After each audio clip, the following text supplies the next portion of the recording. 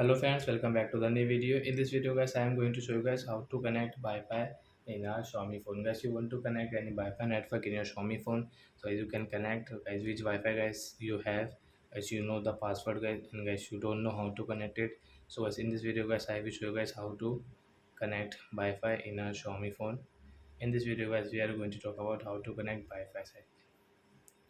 So guys, now let's see how to connect Wi-Fi. So and first of all guys, we will on our phone setting to connect Wi-Fi network. Scroll and guys you can see Wi-Fi. So guys tap here. Guys you can on and off your Wi-Fi from here. So we will on it with refresh. So you can see guys this Wi-Fi network guys. So which Wi-Fi network guys you have and guys you want to connect. So as you can see I have guys this Mukesh 5G network. So I will click on my Mukesh 5G network and guys I will enter password here. And guys you can see this I. So guys tap here to check your hotspot.